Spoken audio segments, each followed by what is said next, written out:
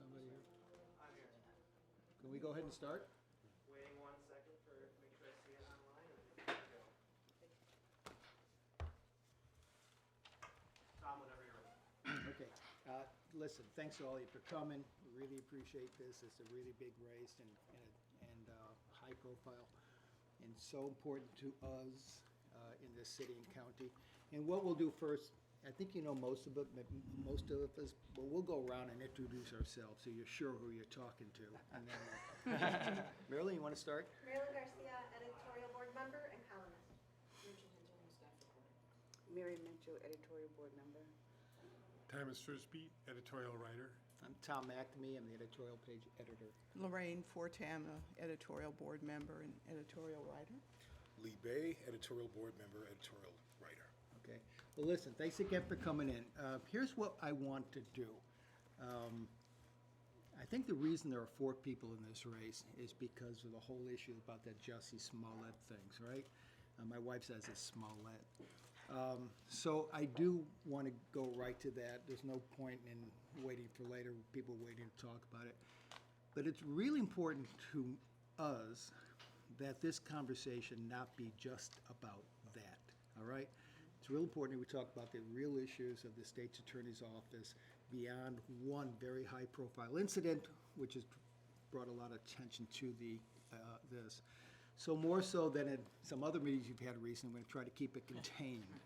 And if I seem a little strict about that, that's why. We want to make sure we talk about a lot of other important issues. So we'll start by asking Kim Fox, would you like to open up by talking about that? What do you want to say about the Jussie Smollett thing? And I guess the big question is, having seen what you said to the other paper's editorial board is, why can't you just tell everything about what happened that day and not say that Dan Webb is doing an investigation? So, one, thank you for having us all here. I appreciate the public's curiosity and actually concern about how this case was handled.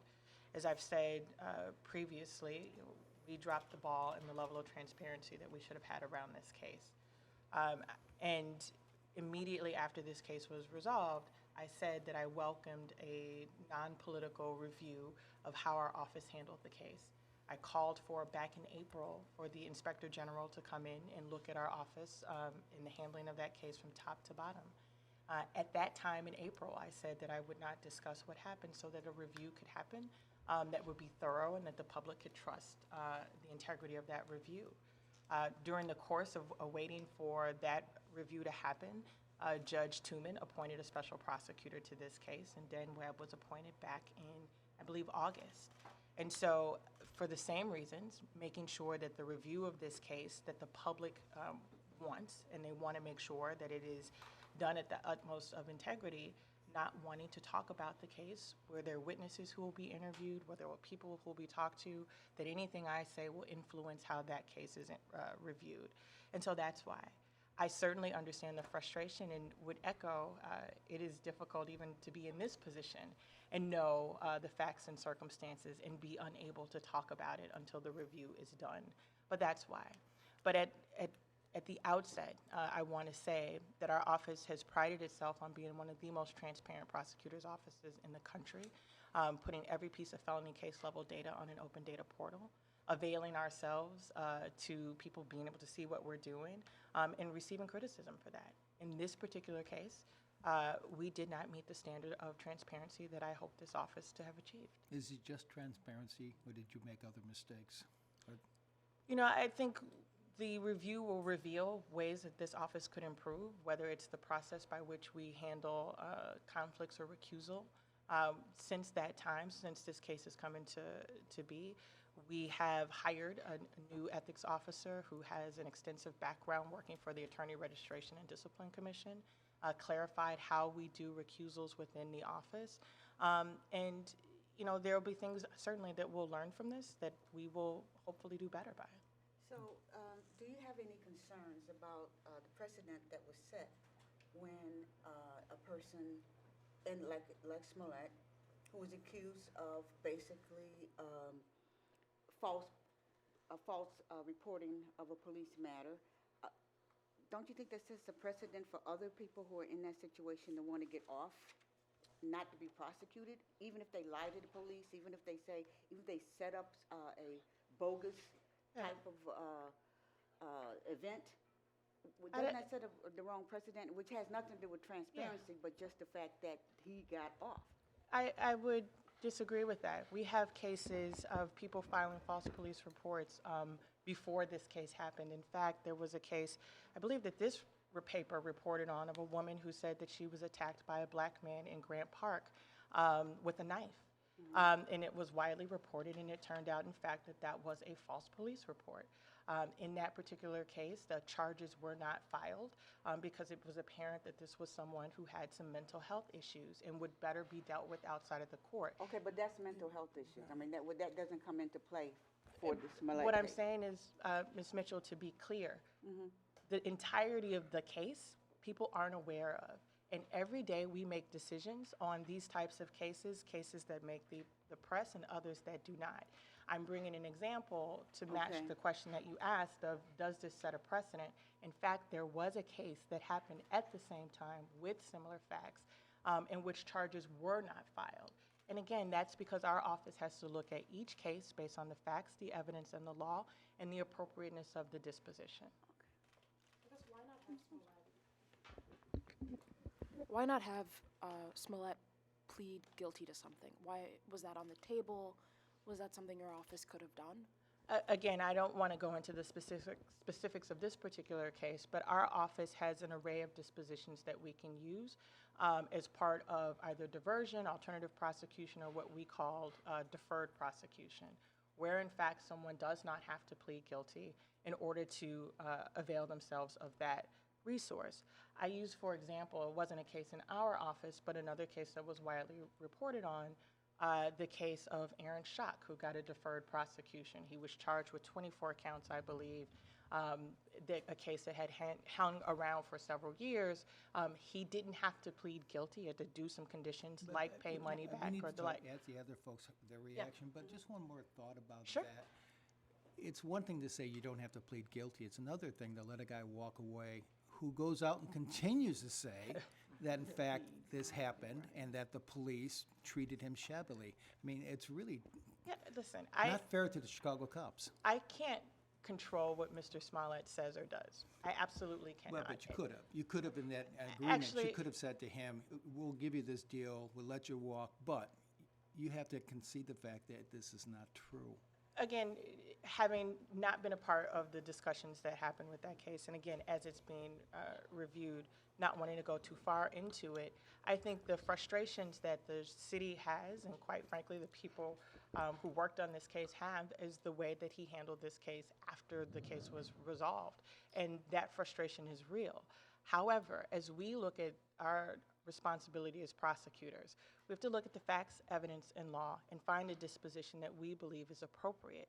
The reactions that come therefrom, I can't control. Okay. And Mr. Smollett's, I can't control So his. now let's ask the other candidates to weigh in on this issue and try to. So, if I can, Tom, let's be clear about one thing. This isn't a review that's being done. This is an investigation that is being done by a special prosecutor that could have severe consequences for Ms. Fox. So this isn't a review. Second thing is, why didn't, at the time the charges were dropped, why didn't she hold a press conference and say, look, 2 weeks ago we indicted Mr. Smollett on these 16 counts. Today we're dropping the charges and here's why. That could have happened before a special prosecutor got appointed, before there's hiding behind you can't talk because a special prosecutor has been appointed. If you pride yourself on transparency, you should have gotten up in front of the public and said, here's why I dropped the charges. And with a deferred prosecution, you do ask somebody to admit that they did wrong. You then require that they do community service, that they pay whatever restitution they need to pay. And then only after that do you agree that the charges are dropped. I don't think anybody here is arguing that Mr. Smollett should have done prison time here. But This was a case that for some unknown reason was indicted for 16 counts that everybody felt they could win, including the first assistant who said this was a winnable case. Ms. Fox herself said this was a winnable case. And then inexplicably, it's dropped without the public knowing why. And that's a problem. And that's what has to change.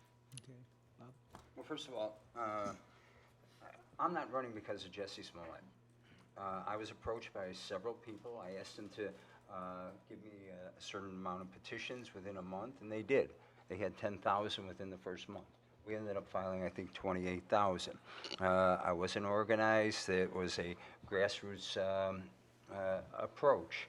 Now, when we talk about Jesse Smollett, we can talk about the web approach, and this is not to get so emotional about, because a prosecutor has to approach it with an understanding of what we're doing with the criminal justice system. Dan Webb's going to do what Dan Webb's going to do. But what do we know out of this? Well, a phone call started this whole thing early in the morning. Secondly, we heard about a recusal. And either the state's attorney either misrepresented what a recusal is, or she outright lied on what it is. And third, and Bill has a client, Jesse Smollett was treated differently from everybody else. I think we just heard some of the background. I mean, here's somebody indicted on 16 counts on March 8th. On March 26th, everything's dismissed. The first assistant even says that day, hey, we could have convinced a trier of fact. The first assistant, the state's attorney herself said we could have done it with a trier of fact. We would have won that case. Then all of a sudden, appearances before WBEZ by the state's attorney and in this paper, and maybe before this board, she said, well, there were some circumstances that pulled us back. It wasn't until, and then we look at April 16th on this treasure trove of emails that went back and forth, where she had recused herself, but then she's scolding the first assistant as to a comparison between this case and R. Kelly, and over excessive and whether we did enough. I mean, we've got to get a handle here. And this is an office that is important for social justice. It's important for everybody, and it shook the foundations of people believing in our legal system. And that's why I think when the pastors came to me and asked me to run, because they couldn't believe what they heard. And I know you had a column yesterday by one of your columnists who talked about, let's not talk about this case, because on the west and south side, they're not talking about it. Well, I think many of you know I represented parts of the west and south side. I take the bus often to Austin from the downtown. No, I don't get off at Austin because I get off of my stop. And I hear it all the time from people. And when I'm on the south and west sides, they talk about this case. This is not, it shook the foundations of people that believe in the criminal justice system, no matter how right or wrong, and we've seen a lot of wrong, but this case is the deciding case of this election, unfortunately. So would you all agree that this, in your view, this issue of how the office and how Kim Fox handled the Jussie Smollett case is a deal breaker in your mind?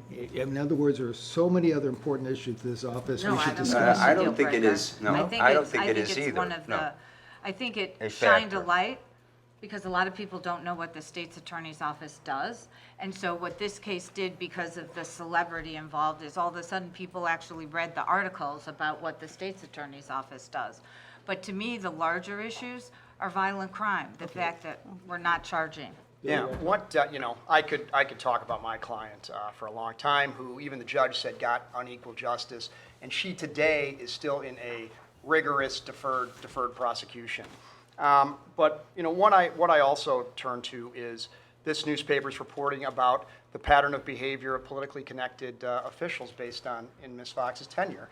And I really speak about your paper's reporting about her relationship with Alderman Ed Burke.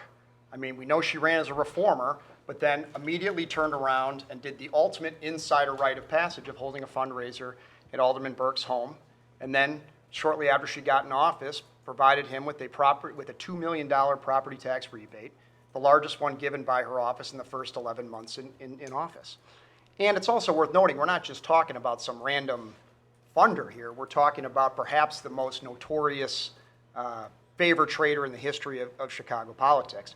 And by the way, I cannot believe that she is still not giving back the money that was bundled for her by Alderman Burke at that fundraiser, as your paper has pointed out. And what I will say is, I remember you all wrote an editorial saying, it is such a huge conflict of interest for the state's attorney to not take money from property tax appeal Can I just lawyers. ask you something? Please. If you don't have a billionaire father who gives you, in the most recent file, another $2.5 million to your case, and that's where all your money's coming from, your dad and his friends, then you have to take money from somewhere else. And if you start taking money from somewhere else, how carefully do you have to vet every single person? I mean, this thing about Ed Burke goes back quite a few years now. I don't think anybody would take money from Ed Burke now. Back then, it was rather common.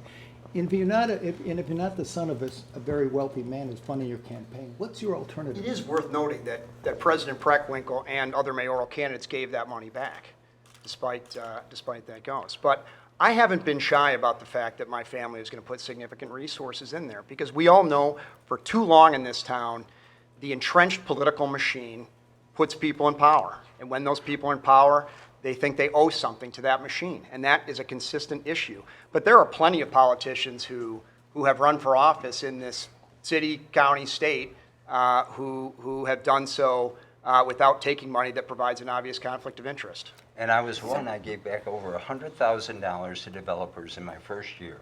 And don't forget, when Tony Preckwinkle and Ed had that fundraiser at Ed Burke's house, and they raised over $116,000. It was used to defeat me, and the Democratic Party has always doubled and tripled their resources to try to defeat me. Okay, not to belabor the point, but Mr. Conway, you did bring this up. Could you explain what was the difference really between the Candace Clark case and the Jussie Smollett case? Because that's a commercial that is very disturbing. I think we start with the fact that, Ms. Clark still has a case that is pending, and her lawyer choosing to exploit that for his political gain is his choosing. I would also point out that Mr. Conway acknowledged that Ms. Clark had a case that was pending in court that he read about in the newspaper, and then reached out and asked to have her public defender, who was representing her in this case, removed so that he could represent her, despite the fact that he had not represented anybody in criminal court since he left the state's attorney's office over 6 years ago. He chased a client, represented her so that he could then put her into a commercial. I find that to be utterly appalling. Out of respect for Ms. Clark, not the respect that she's been given by her lawyer, I cannot talk about the circumstances. Not the respect that she's been given by her attorney? I'm just trying to get to the difference. The difference is that there were circumstances before Ms. Clark was actually charged that could have had this case handled outside of the criminal justice system. And because those factors were not done, the case was then brought into the justice system. And again, that's information that is not publicly available that perhaps in the next series of commercials, Mr. Conway will exploit. But are you saying that there are circumstances that would dictate that her case could be over now, but are you trying to say that? I'm saying her case could have not come into the system at all. But if that's the case, then that kind of tells me that her case isn't worth prosecuting, and why not drop it? Because the case could have been resolved before it ever came into a courtroom. And there was an actual victim in that case where the resolution was sought before the case was filed in court. Because it wasn't resolved by Ms. Clark, the case was then filed so that we could get to resolution without her having I see to guilty Donna plea. nodding her head on this very issue, so I'm real curious to know what you have to say. The other interesting thing about the case, if you read the transcript, is that the judge was basically, in my opinion, asking the defense to try this case. So in a bench trial that might have given a not guilty altogether. When you read that transcript, it's pretty clear. But Mr. Conway, because he doesn't have a lot of trial experience, elected to plead out the case. And I find it a little bit interesting that he's talking about insider politics and a Burke contribution when his family company, the Carlyle Group, if you follow the money, as Mr. Conway says we should, we follow the money to the master of pay-to-play, which is the Carlyle Group.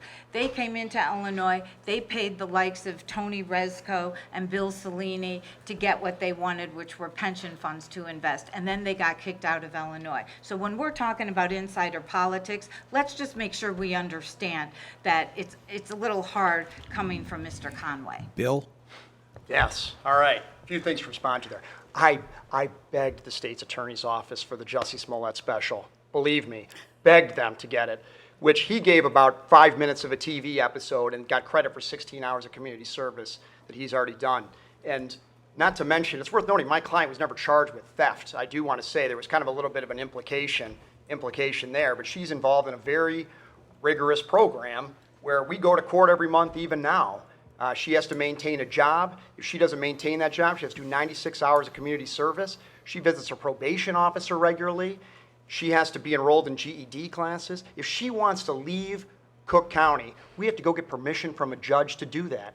And that's not right. And actually, Ms. Clark actually heard some of the statements said by Ms. Fox about politicizing this case before the Daily Herald. She was very upset by it. And I actually have a statement from her that I will share with you all at the end of this as well. I know we have And I additional believe we have copies the as well. original statement from her immediately after this case was publicized, where she said she did not wish to be compared to Jussie Smollett, that she did not wish to be made example of. And it was published, I believe, in this paper. So the fact that she's changed her mind now, So given all that, how would you improve, and this, anybody can answer this question, how would you improve the relationship between Chicago Police Department, which this Smollett case was national, and you had the police superintendent, saying very bad things, and you had people really kind of upset. So how do you improve the relationship between the Chicago Police Department and the state's attorney's office, given everything that has happened? And just, I would like each of you to answer that. First of all, I also did represent, when I left the state's attorney's office, I did represent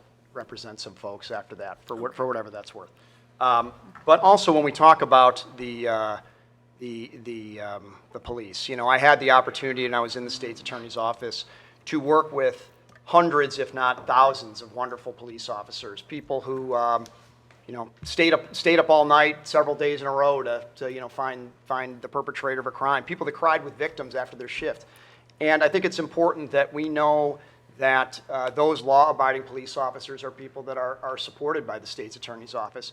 And by the same token, I prosecuted 3 police officers, people that were not law-abiding. And I think it's important that people know that the state's attorney's office will not be afraid to come after non-law-abiding police officers too. In fact, in an especially egregious case I had, the first one I had to prosecute. But how do you improve the relationship? There's a strain, there's a tension now that exists between police department and the Cook County State's Attorney's Office. How do you? Well, I think the messaging, something else also is that, back when I was in the office, the state's attorney's office was heavily involved in training of police officers. And I think there's 2 kinds of bad police officers. One are ones that are bad, non-law-abiding police officers. They're not in the job for the right reasons. And those folks, we need to get them out of the police department, criminally prosecute or not. But there's also ones that don't recognize their constitutional limitations. And that's where I think the state's attorney being heavily involved in the training of these officers can be very helpful. And it's probably more important for the suburban police departments than it is even for the, Mary, for the if I city may, ones. I mean, I think let's the just go to the presumption, other end. Yeah, the of the presumption table. that the relationship has been strained. This case garnered a lot of attention. There was, at the time, the superintendent, the former mayor, talking about this case on national television and the like. And immediately thereafter, the superintendent and I continued to work well. Every case that comes through the state's attorney's office has a police officer attached to it, whether it's CPD or suburban. They are a witness on every single case that we have. Despite the theatrics that happened around this case, the hardworking men and women of CPD and the state's attorney's office continue to work together to prosecute and build strong cases. I think what we saw in the aftermath, again, was political histrionics by some of the leadership of the Fraternal Order of Police who are not representative of the men and women who are on the ground working these cases. And so what we've done is what we've always done. We have worked with them to increase their training. We put together the first of its kind felony review guidebook. We went and did roll call trainings on Fourth Amendment issues. We continue to help build capacity with them. And during the month of April, for example, when this was at the height of its media scrutiny, Chicago police officers and our attorneys worked to a successful prosecution of 10 first-degree murder cases. The work of the police and the prosecutor's office never stopped, despite some of the histrionics that we saw from the beginning. And the way that we continue to do that, one, is to remove that from our conversation, realize that we're partners in this work, realize that the people who live in neighborhoods that are impacted by violence don't want to see prosecutors or police pointing fingers at each other. And I want to be clear, in all of my dealings, since I've been in this office, I haven't done that. And I've been the subject of, and you know this, attacks that have come from FOP leadership about cases that we've charged or not charged based on the facts, the evidence, and the law. But we have to always maintain a level of professionalism because that's what's expected by the people in the community. Yes. I think it revolves around respect and communication, both ways.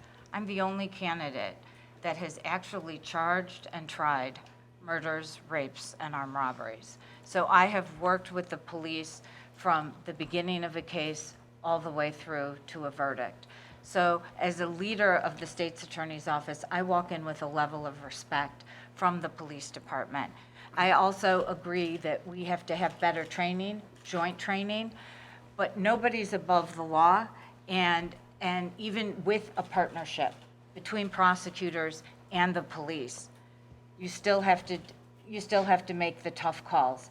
And I think here, the police, both city and suburban, rank and file, their frustration has been that we can't get charges out of the state's attorney's office, or we can get undercharging, that a rape is charged as a residential burglary. So I think both sides need to sit at a table, because we're not going to solve anything unless we actually talk to each other, amazingly enough.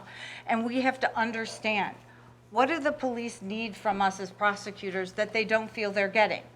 I may agree or disagree with. Well, what do you think this state, you just said it's about policy. It's about the state attorney's office policies that the police take exception to. Yes. What policies of the state attorney's office do you think contribute to that problem and need to be changed? I want to interrupt for a moment. They had a press conference where they laid out the policies. They said it themselves. They named 3 things. They didn't like that we weren't prosecuting marijuana cases. They didn't like that we were not prosecuting what we call 6303s, cases in which we were prosecuting people for driving on suspended licenses because of their inability to pay their tickets. And they didn't like what we were doing with bail reform. On marijuana is now legal, and we vacated the in retail theft, and we vacated convictions. On the 6303s, the city of Chicago stopped suspending licenses because of people's inability to pay tickets. And just last month, Governor Pritzker signed the License to Drive Act, where he's returning 55,000 driver's licenses to folks. They made it clear. They laid out the specific policy agenda.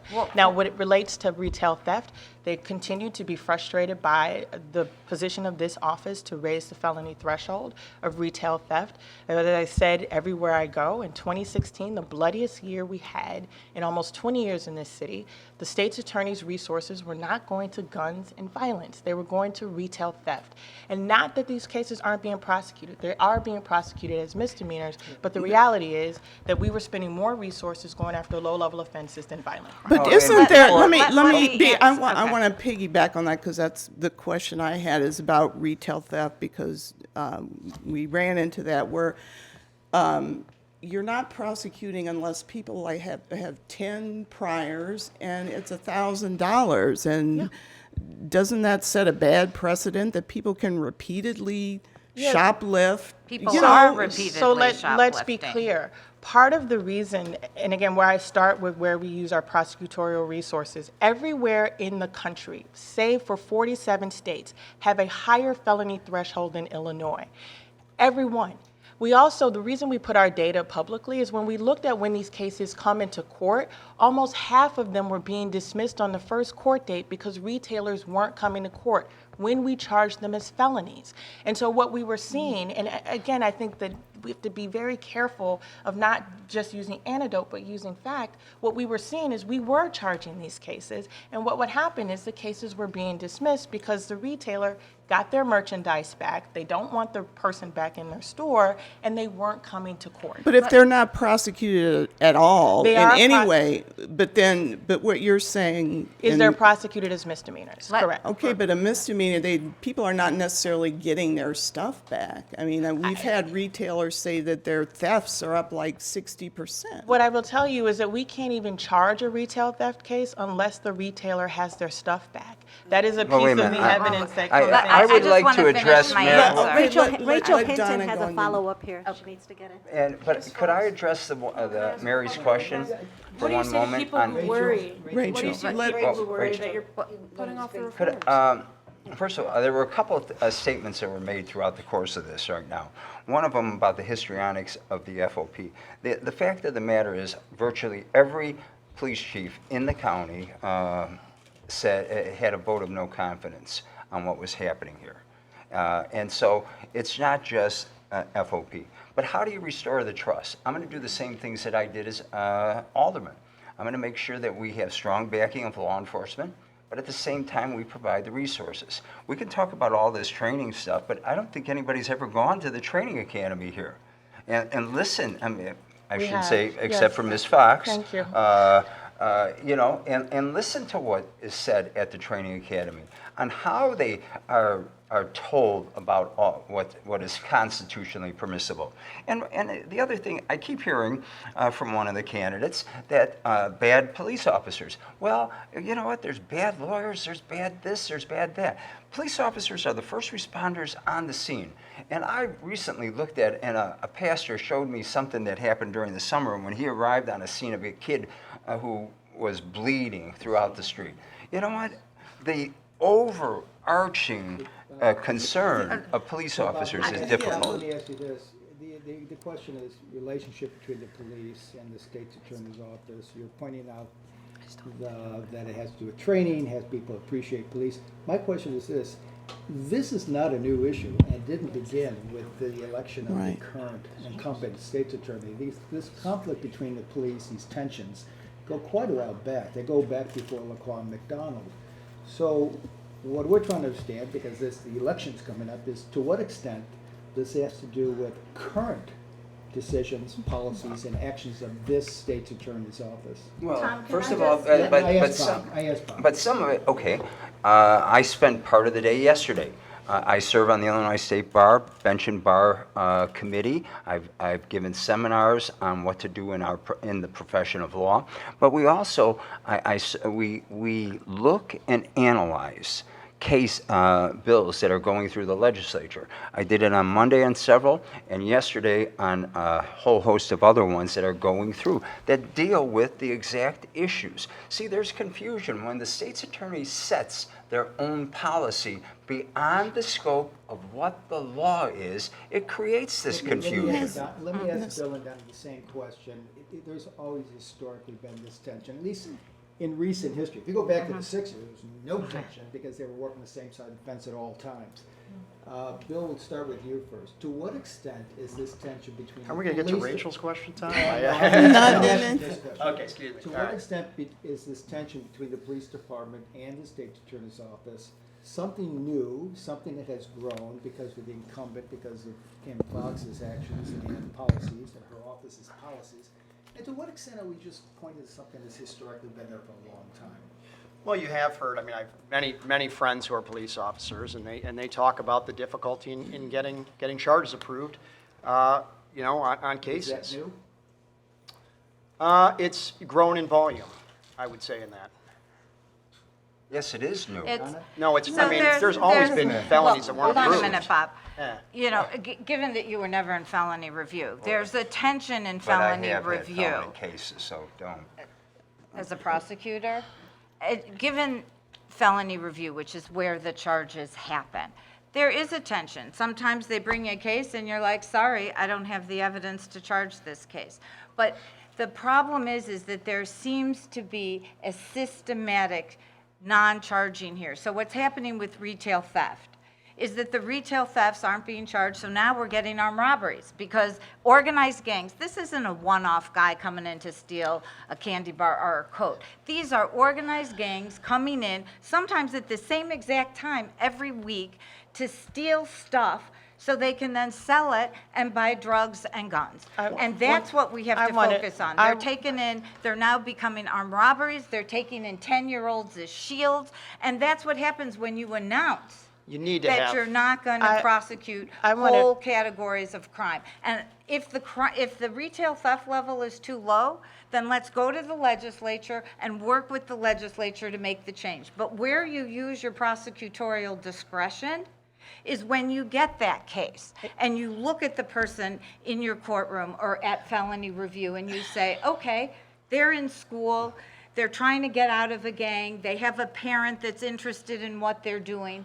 That's how you make a discretionary decision. Ms. Fox, what do you say to people who worry that you're putting too much emphasis or focus on the reform part of things and not public safety? Thank you. I say that you have to work on reform in order to achieve public safety. I want to, in answering that, it answers a couple of things that have been said. I remind folks that the history of this county is that we had a significant number of wrongful convictions, that we were once dubbed the false confession capital of the United States. When I came into office, part of the reason that we were looking at our data, the first time in any prosecutor's office in the country that we made our data available. And we were looking at public safety. That's why I said when we had the bloodiest year in 20 years and our resources weren't going after public safety. When we were looking at gun cases, the reality is that we were losing a significant number of gun cases, losing them. And part of that was I was in felony review. I was a supervisor. We were charging every case that came in. I used as an example, there'd be 4 people in a car. They'd pull the car over and they'd find a gun in it. Now, what would happen in the past is that we would accept the case where they charge every single person for possessing 1 gun. That is not how you prosecute cases. So then what would happen is that you would have 4 people who are found not guilty, or maybe 1 person would plead even though it wasn't theirs because they were sitting in jail because they couldn't afford bond and needed to get out. And the ability for us to look at our data and see that yes, in fact, we were prosecuting a lot of cases or charging a lot of cases, and out of fear of saying, I'm not going to charge a bad case, would kick it down the road. But there were human consequences to that. There were actual people who were in jails for crimes that shouldn't have been charged in the first time. So we are discerning. We are looking at the facts and the evidence, and we are doing things like reform on bail, on poverty, so that people who need to trust the system or the Watts cases feel comfortable coming forward because they believe the system is fair, because we need those people in the neighborhoods to be able to trust the work. So what do you then do with a No, case? not at all. What do you then do with that hypothetical case? Do you just let it go, or So what would happen in now? the past, and that's why I said we have to be very clear. We have to be very clear. Where we were in the system, somehow the memory of some of my opponents here about this rosy days of prosecution in the state's attorney's office that they want to go back to was a time period where we were charging anybody and everybody and hoping that they would get shaken out. Now what we say is we can't charge that case. We're glad that we got the gun off the street because that's important, but we can't charge 4 people for possessing 1 gun. So then let's put a manual together to talk about how we look at these cases. Let's do roll call training to go over Fourth Amendment issues. Let's look at the data. We started sitting with CPD on a monthly basis and going over all of our gun stats, and that's how we've been able to improve. But there was no communication, right? The state's attorney's office would charge, or the police arrest, state's attorney's office would charge, and then whatever happened to the case, there was no coming together to say how we could do better as a system. You know, picking up on that public safety issue, violent crime has been down over the past few years. You in your campaign material, you take a bit of credit for that. Why? Yeah. And for the rest of you, you know, is that proper? Well, we take Why and how? Well, one, I think we took an innovative approach. What we said was, let's, again, for the charging decisions that come, have prosecutors on the ground in our most violent neighborhoods. We were able to do that by releasing some of the resources that we were going after nonviolent, low-level offenses, to get to Rachel's point. If we were doing less of the retail thefts, we could then dedicate more resources to guns. So we created the first of its kind Gun Crime Strategies Unit here in the city, where we took lawyers out of the courtroom and put them in our most violent plagued neighborhoods. We started in Inglewood and Lawndale, and we worked with the U.S. Attorney's Office, the ATF, the police commanders, and said, who are the drivers of violence in these communities, and how do we target our resources to going after those drivers? We then were successful there that we moved to 5 other police districts. Former Mayor Rahm Emanuel asked, is there a way that you can have more people brought? Lori Lightfoot and I have had ongoing conversations about how we can have more attorneys. When the review of the Chicago Police Department came out from PERF a couple months ago, looking at the low homicide clearance rate, one of the recommendations that they made was that they have more prosecutors in the districts. We were there. The University of Chicago did a study, an independent study, that found that where we had our prosecutors in the Gun Crime Strategies Unit, we saw a higher or lower reduction in violent crime. Now, we don't take full credit for that. We can't. Violent crime, which is why I don't like fear-mongering, is sometimes inexplicable. I've got to keep moving this. Certainly. Lee's question is a really good one, which is to what extent can the state's attorney's office take credit for what is really going on, which is crime rate, violent crime rate in this city has been going down during the last 4 years. But not in the city's most violent neighborhoods. So let's, It's up a third. and the Kim Fox just gave her explanation for that. We'll start with Donna, we'll go straight down the line. Do they get credit? Well, first of all, in our toughest neighborhoods, last year, violent crime was up by a third. In January, this past month, it was up by 42% shootings. So, you know, it has to be a partnership to affect violent crime. And where there was overcharging in the past. The reality is, can I interrupt you, Donna? The reality is, since you say certain neighborhoods it has not gone down or not as much, citywide, violent crime rates have consistently been going down for the last 4 years. Who gets credit? Not the state's attorney's office? I think the main credit goes to our first responders and the police who have beefed up crime in certain police presence in certain of our most dangerous neighborhoods. And the state's attorney's office, the police has cleared cases, and the state's attorney hasn't charged 50% of those murders. So it is, when you're... She's shaking her head like you're Yeah, saying. those are, those are The fear, the problem is when we get to just, why I love having our data on an open data portal, why data is so important, and policy, you know, we can't have policy by soundbite. Like, this is, it's inappropriate, particularly for this office, to shout out numbers that we cannot substantiate. This office continues to look at cases and charge them where appropriate. The number that she has pulled from I don't know where, about 50%, is inaccurate. It's absolutely false. Well, we have... So let's ask we- you. Wait a minute, yes. It's a very simple question. Crime rates have been going down, violent crime rates. Nationally, they To what have. extent does the state's attorney's office policies, actions, do they get I credit think for very that? limited. Why? I think it is the first responders who are on the scene, who make the cases and do what needs to be done. I've heard about the false confession and a couple other interviews here from the state's attorney. And the fact of the matter is, in 2013 and 2014, the legislature, and I keep going back to the real policymakers, introduced and passed legislation dealing with eyewitnesses and how we treat eyewitnesses, and at the same time, when and how we record certain crimes. And that all helped deal with the false confession. You know, again, I'm going back, Governor Pritzker the other day said, as he referenced the Sentencing and Criminal Justice Commission, and looking at all of those acts. Right now, I'm being deluged with with 40 or 50 judges and attorneys from around the state as we look at some of the legislation that's being introduced and setting the right kind of policy. And we are doing it from plaintiffs and defendants, state's attorneys who are all involved in making recommendations on the acts. Now, nationally, the crime rate has gone down. But in the city of Chicago, it's gone slower. And, you know, if the state's attorney's office is going to take credit for that going down, then why is it? Bob, why I is don't it think not that's taking- actually accurate. I think nationally, the rate of the reduction in violent crime has gone down at a slower rate than it has in Chicago in recent years. No, I think it's the other way around. But I either could be way- wrong, too. Either way, Yeah. it's going down.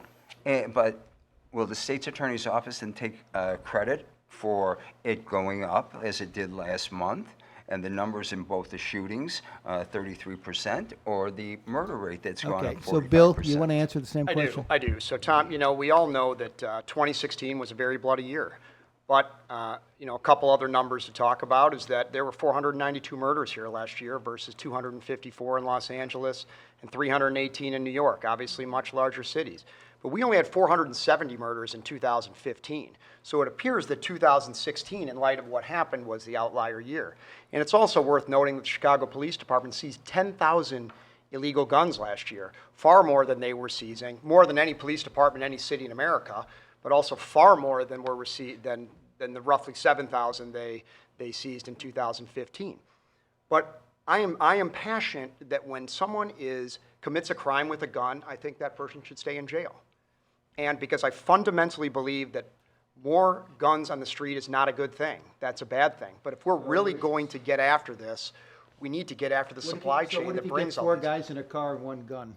That's a case you can't prove. And I'm saying that as someone that was in misdemeanor court in 2006, 2007, 2008. I had plenty of retail thefts that were over $300 that were misdemeanors. I saw plenty in traffic. I saw plenty of 6303 driving on a suspended license that could have been charged at the felony level. So I actually do believe in pure discretion when it comes to retail theft. But getting back to guns, if we are going to get after the gun crime epidemic that we have here, we need to get after the supply chain that brings all these guns here. And I look back on my military experience when I said that. My job over in Qatar and Afghanistan was figuring out where does the Taliban get its money from so that we could attack those money sources so they couldn't buy weapons to attack us. And we had to work our way up a very complicated supply chain that did not involve a banking system to do that. And we need to bring that same style of intelligent thinking to getting after the supply chain that brings all these guns here.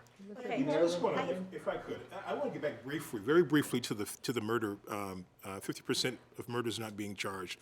I just want to get a little more clarity on that. Are you saying not charged at all, undercharged? What do you think is going on? And Kim, if you could chime in. So based on the police are saying that they're clearing, this was in, I think, a WGN report about you have a 50-50 chance of getting away with murder. So the police are clearing cases because they know who did it, and 50% of the cases they are clearing are not being charged. And so again, as running for the top prosecutor, we realize that we have to have all the facts and not look at news clips to believe that that is the accuracy of the data. What I believe they were saying, one, there's the cases that have not been solved. We have a low homicide clearance rate. And just for a moment to go back to the question that was asked earlier about what people are talking about, they are and have concerns about Smollett. I hear every day from murder victims' families about the low homicide clearance rate and the wish that we spent more time talking about the loss and the trauma that they're suffering from. What that was about was when cases were being brought to our office that they believed that they had cleared and closed, our ability to say, in fact, that that is the person, that we are able to prove those charges. As Mr. Conway said, you can have 4 people in the car and say, we believe it's them, let's close the case. We still can't prove it. And so what we have been able to do is be able to discern and say when we can't prove a case, not to charge it. And that is fundamentally important because we have had people in this county in prison for decades for crimes that they didn't commit. And I don't think we can be dismissive of that. For every wrongful conviction that we vacate, and I want to go back to false confession capital, to leading the country over the last 2 years in vacating wrongful convictions. We have to get it right. We have to make sure that we are charging cases appropriately and not kicking it down the line and hoping that someone else fixes it. And that's what was happening in this county previously. And why, when you charged 16 counts, did you drop it with no explanation? What was wrong? You had the evidence to charge. What I want to be clear too, I'm not going to speak to the specifics of that case, but I do want to talk about the practice of overcharging in prosecutors' offices, where I want to make sure that our office, and we've been working on this for the last 3 years, are not putting people in a position of charging cases so that we can get an easier disposition based on the number. We're running out of time, and I want to make sure we get everybody in on this conversation. I just one more question. Yeah. While we can appreciate criminal justice and the need for criminal justice reform, I think there's a lot of debate over what constitutes a violent crime. And when you say that there's a gun and 4 people in a car, and then they all walk away, that seems to me to say that's not a violent crime. What in your mind, what would be a violent crime? Why is not an illegal gun, possession of an illegal gun on the street, why is that not considered a violent Mary, crime? I'm not saying it's not a violent crime. What I'm saying, when you can't charge someone because you don't have the evidence to prove it, you can't charge someone. That's not an indictment or an indication on the violence level of the offense. It's that we can't be in the habit, because out of fear, doing something that the law doesn't allow us to do. And so in our office, we take all of it seriously. We do recognize that gun violence is a scourge and has cost many lives. And that's why we've been focused on, in our gun crime strategies unit, building up those cases appropriately, charging cases appropriately, and getting successful convictions as a result of that. That's what keeps communities safe. So, Bill, you specifically make the point, going to Mary's question, that you think you got to really make sure people who are gun offenders don't walk. The implication is that the current state's attorney is allowing people who are engage in gun crimes to walk free. Can you give one example of how that works and how you would change it? Yeah, I sure can. So, under the Bail Reform Act, there are a series of the way the Bail Reform Act is laid out. There are some charges that are mandatory no bail, like murder. There are some where there is a presumption that they won't have to pay, meaning no bail, they won't be given, they'll be given an I bond. But also, there is a series of charges that are discretionary no bail. But they require the state's attorney to file a petition. Cases like armed habitual criminal, or gun possession by a felon, possession of a machine gun, for example. Until very recently, the state's attorney's office was not filing any of these petitions when they needed to be filed, and only recently started doing them in earnest when the appellate court said they had to, in a recent case that came down in People v. Gill. So I can promise you that in these cases that we will be filing these petitions and advocating strongly that these folks be held. And because if we're going to get after the gun crime epidemic, I talked about the supply side of guns, but we also have to deal with the demand side of guns. And when you have cases like somebody walking down the street with an AK-47 and then they're out on bond the very next day, that just sends a wrong message to folks in the community. And that's why I am passionate about this subject. Mr. Conway has left out that the state's attorney does not make bail decisions. The bail decision is made by a judge. And he is absolutely right. We make recommendations, we put together packets, and in fact, we have, and our data shows it, filed more armed habitual criminal cases involving people in possession of guns, felon in possession of guns, than in the previous administration in the last 3 years. But the notion, again, that Mr. Conway is going to impose bail when that is singularly under the purview of the judge in the courtroom is inaccurate. It's false, and he knows that.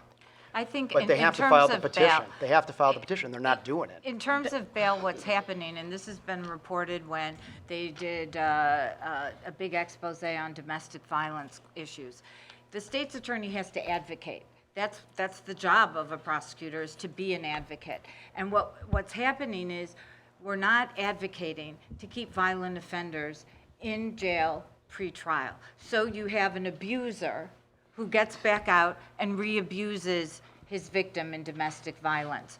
sometimes 2, 3, and 4 times before they're kept in. You have somebody charged with criminal sexual assault, a rapist who gets out and rapes somebody else. So the problem is you have to, look, I think that what we need is a balance. I think that's what everybody's looking for in Cook County. You don't want to overcharge, you don't want to needlessly charge, you don't want to criminalize poverty, but you don't want to put public safety at risk. And where we need to be is a better balance. Well, several of you have talked about, and you talked about, and you just talked about it, people walking free and then reoffending and petitions not being filed. Is there data evidence to show that this has happened? It's being reported in the newspaper. There Well, is that's actually, not but enough. there is actual data and evidence Right. that is being chosen not to be spoken about. And again, it is disingenuous for folks to sit here knowing that there is in fact a treasure trove of data that they can put together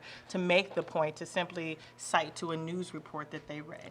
I point to a WGN Investigate story that says that 12% of gun offenders are then again caught with an illegal gun.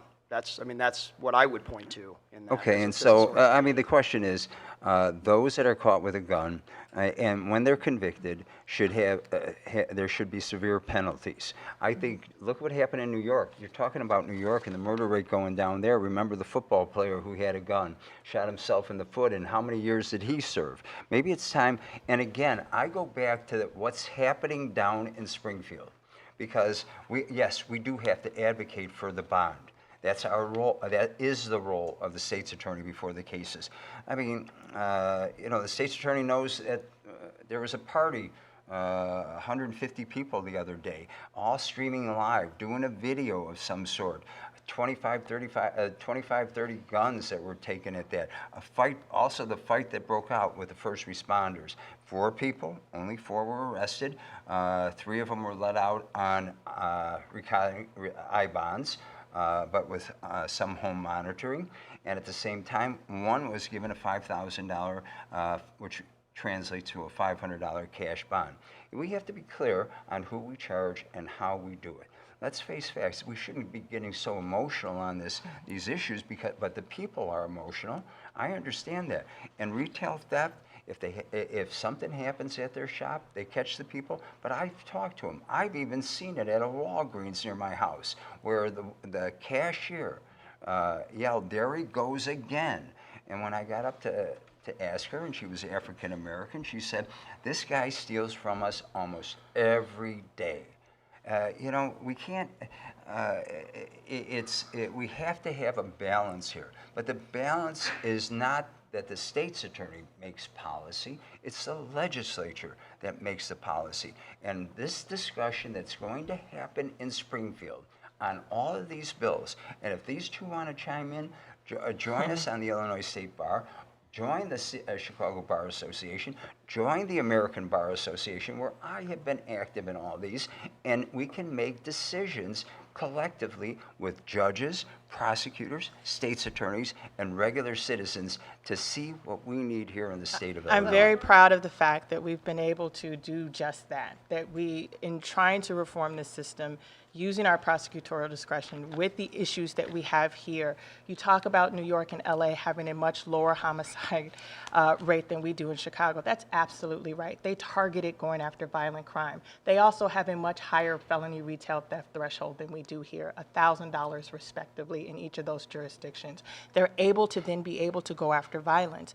But I am proud of the fact, Bob, that we did stop prosecuting the driving on a suspended license because of people's inability to pay, that the city changed their I've never policy, argued and with ultimately the state changed their policy. I am proud of the fact that we stopped prosecuting marijuana offenses and said that we were going to vacate those, And the that city we were passed able the to, legislation for it. I and agree. that the state passed I it agree. and baked No, the that city in. did And so before. we have been able to use our discretion and go after violent crime and change policy. I believe you can do both. And to Rachel's point earlier, I believe you have to do both.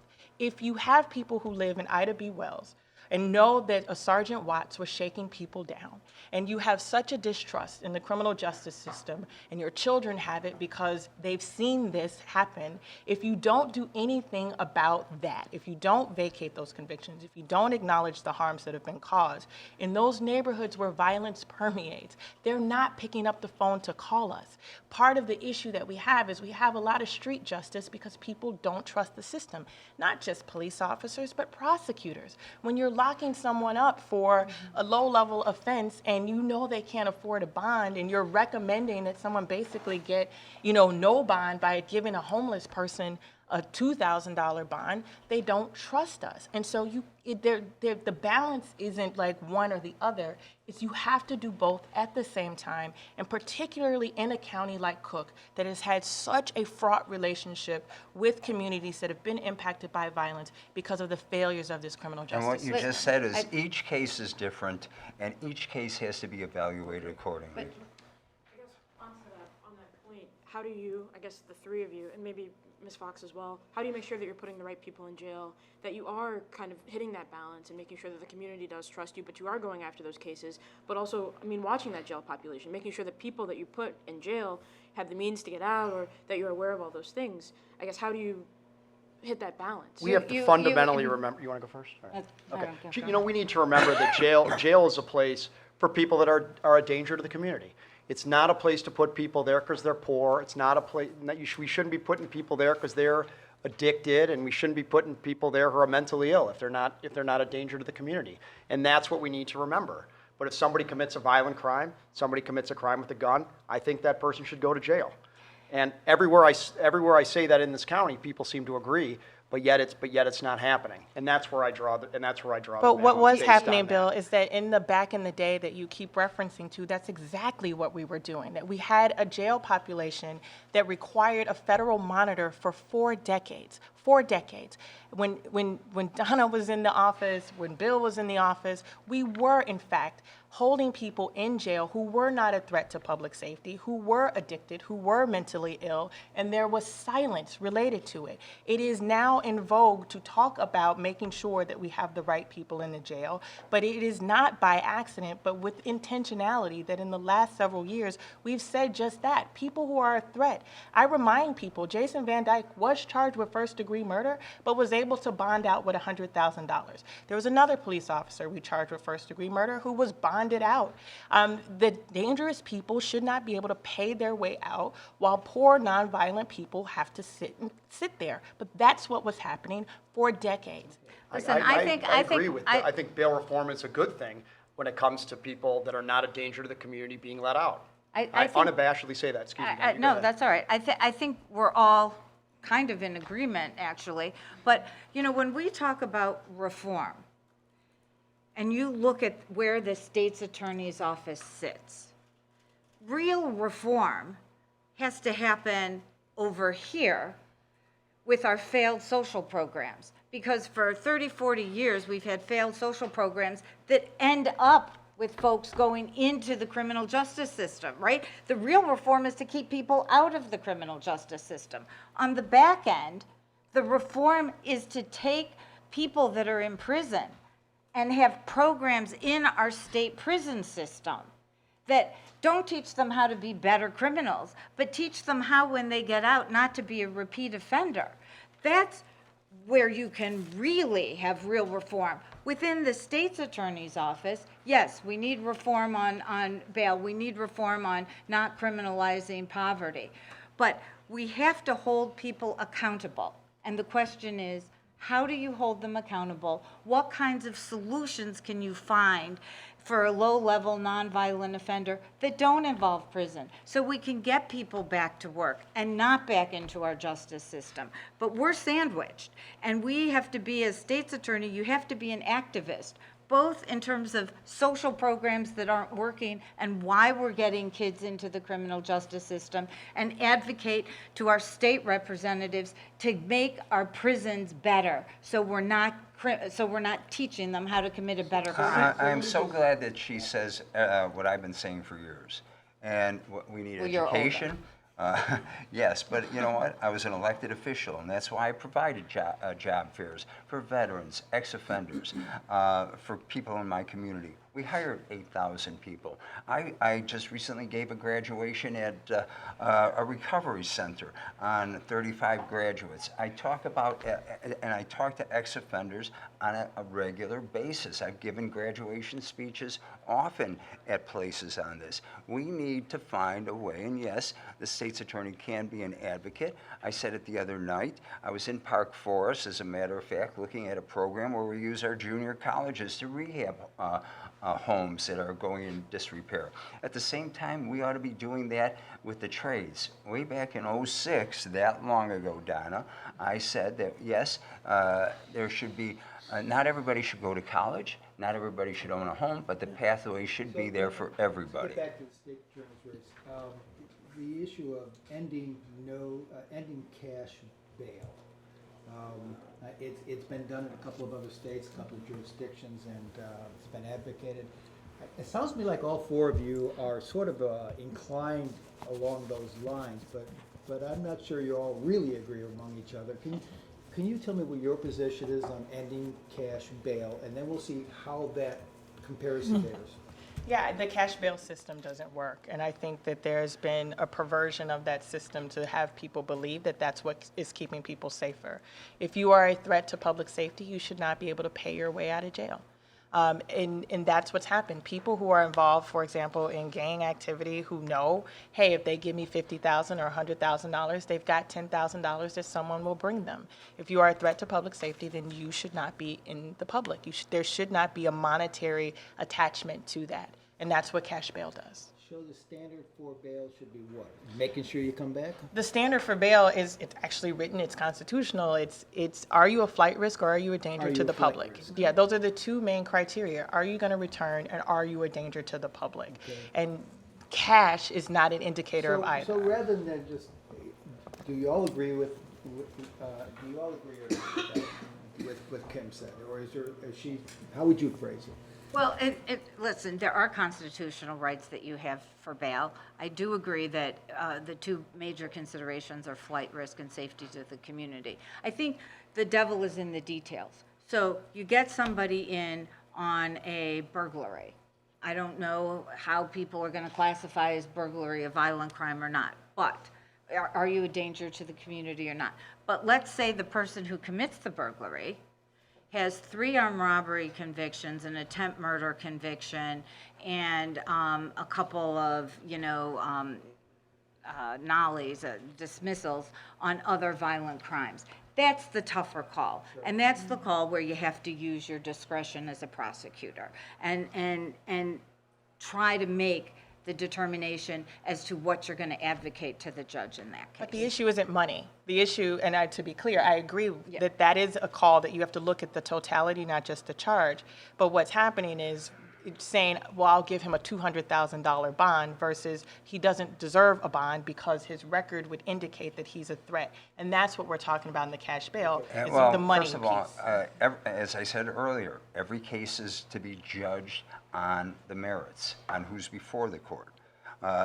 Again, I'm going to go back to what happened at the 1200 block. To that question there, Bob, so what's your position on eliminating cash? It depends. It will depend. I mean, is it a first-time offender? Are there many people now being held in jail for whom we should eliminate cash bail?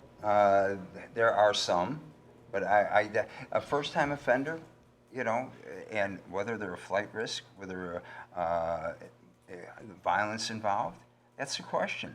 You can't, the broad-based question that you're asking is so broad, and we can take these hypotheticals, but there are realistic issues out there, again, on this party scene that happened and the 4 people arrested. Here they are, they've been a list of felony convictions on each and every one of them. I mean, we have to take a look at what we're putting back out in our communities. So, Bob, are you saying they should pay out or stay in? That's the question. Should they be able to pay or stay? If there are multiple felony, and depending on what kind of felonies that they were convicted of or pled to, then we've got to take a look at what's going to happen. I've said the example of the grandmother who gave the kid at urban prep a gun to travel with. And there he was, arrested for illegal possession of a gun.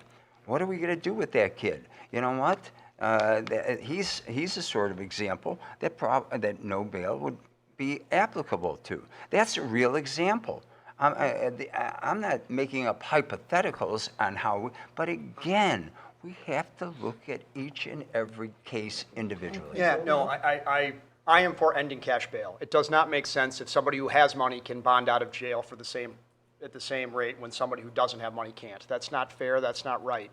But I do want to make sure that when we start looking at how we're going to end cash bail, that some of the charges in the Bail Reform Act that are discretionary no bail, like criminal sexual assault and armed habitual criminal, for example, will fall into that category, that those type of people should be held.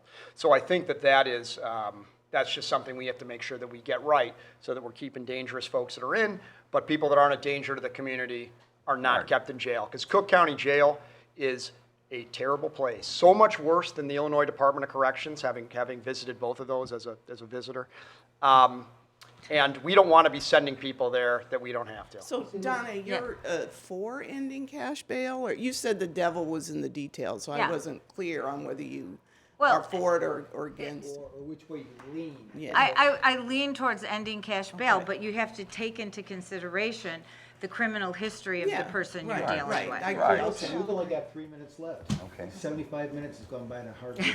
We knew 75 minutes. So why don't we ask each of you to just give us sort of a closing point and anything you'd like to do. And we'll start with Bill. You know, one thing that I wish we spent more time in these sessions talking about is how we would change the organization of the office. You know, I had a wonderful time in that office because I went from misdemeanor crime for 18 months, and then traffic for a year, and then special prosecutions for 3.5 years, where I got to do a whole myriad of things. And because of that, I wrote a couple appeals. What I think is going to be important in that office is that we need to start moving people around a little bit more. When you start in that office, you're in the same assignment for about 1.5 years, then you go to your second assignment for 3 years, then felony review and prelims, et cetera, and you get up to the trial division, and you've been in the office 7 years, and you've, in a lot of cases, never seen a case. And, I think it's going to be important to give people a multivariate experience so that when they do get to the trial division, they have, know how to read a driver's abstract, know how to conduct a bond hearing, can pick up a gun case and try it that afternoon. I think these are important things. Now, I do want to say there are some unique situations like domestic violence, you need to keep the same people there because it has a unique skill set. Or, sex assault cases and murder cases need to stay with the same people. But in the office, I want to be moving around people more so that people are getting a multivariate experience, so that when someone's trying a case, hey, they've written an appeal before, so they can be mindful of what the issues that may come up, so they can do other things. But it's maybe a longer discussion. Bob, your final thoughts? Well, as I listen to what has been said here before, it's easy to move people around, but it's on the training, it's on the morale. I believe the morale of the state's attorney's office currently is very low because they don't have clear direction. But at the same time, we need to have an office that is responsive to the community, making sure that and the community includes everybody, over 200 police departments here in this county. We have to react with and interact with people from all walks of life. And, we can talk about all kinds of changes, but the one thing that we should remember, the state's attorney's office is not just an entity that deals with the criminal code and the traffic code. It deals with thousands and hundreds of lawsuits that are in the civil section. Bill briefly touched upon the appeal. Well, look at where we are with our appeal process in the state's attorney's office right now. We didn't touch upon that. That's keeping people back who probably rightfully should be out of jail right now. We need to dedicate the resources towards our appeal process and find ways to move these cases in the appellate. Writing an appeal is no easy task. And I can guarantee a lot of attorneys are not up for it, and even those in the state's attorney's office. So we need to find the right kind of people. So, yes, it is. Totally agree. Donna Moore? Sure. I was a supervisor in appeals. This is the race for the top prosecutor. It should be about fairness and justice. It shouldn't be about politics and money. I'm not tied to a political machine. I'm not tied to a billionaire's ATM. I am independent. And I will uphold the law without fear or favor. Because this office, you need to make decisions on the law and not on politics. People are crying out for a change. We had a huge change in the mayor's race, as you know, in Chicago. People want change. They don't want the same old, same old. They want a lawyer who will actually represent them and be an advocate for them. And that is what I will do as Cook County State's Attorney. Thank you. You know, when I ran for this office in 2016, I ran on a platform that would be fundamentally different than how this office was run. Recognizing the racial inequities in our justice system, recognizing the brokenness of a system that left so many people in neighborhoods that have been impacted by violence unwilling or reluctant to work with us. I said that I was going to take a more holistic approach to this work. And the fact of the matter is that I don't believe that you sit and wait for someone else to do it, that you have to lead on these efforts. And that's what I've done. The efforts that we've led on criminal justice reform are fundamental, I believe, to public safety. And whether that is on the marijuana legislation, which is historic, that will give across the state hundreds of thousands of people the ability to participate in our economy legally, that helps us with public safety. When people can work, they're less apt to go out and commit crimes to provide for their families. Whether that was stopping the criminalization of poverty for people driving on suspended licenses, or being innovative in our approach of having our office in the communities that have been impacted by violence. It is of no surprise that when I look at the Democratic nominees who are running for president, that each and every one of them have a criminal justice platform that mirrors what we've already accomplished here. I think this office is absolutely important, that we make sure that our communities are safe and protected, but that we're also innovative and thoughtful and mindful of the people for whom we serve. That we don't parachute into neighborhoods and talk about militarization and over-policing in places where people feel like that's what's caused the destruction of their communities. That we believe in their ability to grow and thrive. It's why I talk about coming from Cabrini, because I know in every neighborhood where a child is dying that we're losing the potential. If someone had imagined that I would be the first Black woman to serve in this role from Cabrini, they'd have thought they were crazy. But that's what happens in Roseland, in Lawndale, in Austin, when we're losing people every day. And so it's been an honor and a privilege to serve in this role. I have taken the knocks and owned that we've not been perfect. But I do know that we have a much better state's attorney's office and justice system here in Cook County that has gone from one of ridicule to one that is a model for the nation. And for that, I'm very proud. Thanks for all four of you coming in. Thank you. Thank you. Thanks for having us. Absolutely, too.